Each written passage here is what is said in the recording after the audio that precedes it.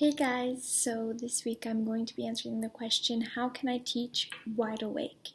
And I was really inspired by the reading that we had to do by Maxine Green. So a lot of the things that I'm going to be talking about or quoting are inspired by that reading. So the first point I wanted to talk about is to remember, becoming is better than being.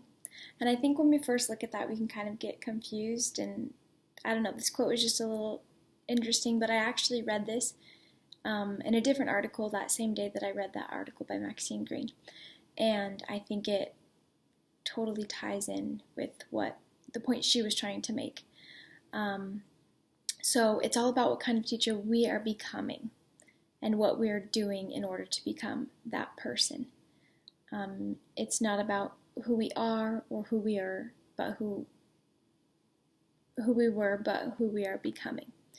And becoming is a constant process that will continue throughout our lives, whereas being means that is who we are, and that's something that's not going to change.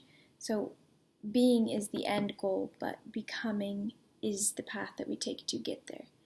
And so I think that's one of the things that we can do to be wide awake, is constantly seeking to reach our full potential, constantly seeking to become better. It's just like the gospel, how the purpose of the gospel is to become, not just know things or do things, but to really become those principles and become more like the Savior.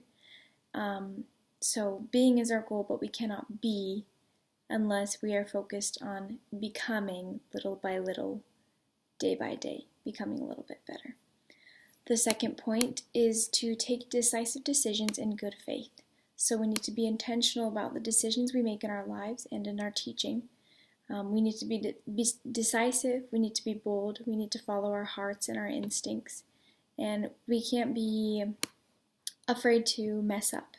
I think sometimes we have these desires in our hearts, and maybe sometimes as teachers we'll have these desires or these dreams or these ideas, and that little voice in the back of our head is going to say, oh, you can't do that, or you need to just go with the flow or stick to the ordinary.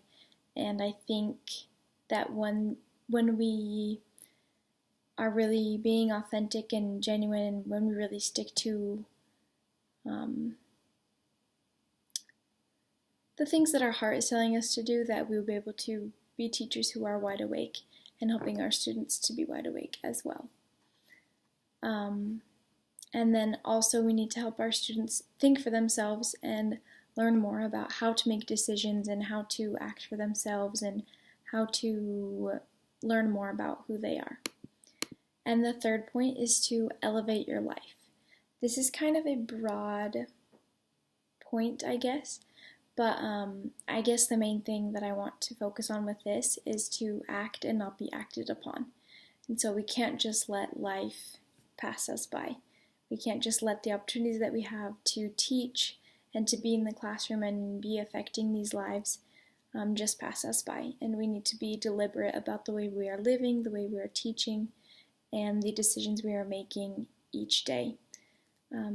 We should never settle for good or okay, but we should always be seeking greatness and seeking to do our best. And we need to find joy in the ordinariness of life and help others to be wide awake as well, so that they can also have joy on this journey and learn how to be more wide awake and enjoy life more fully.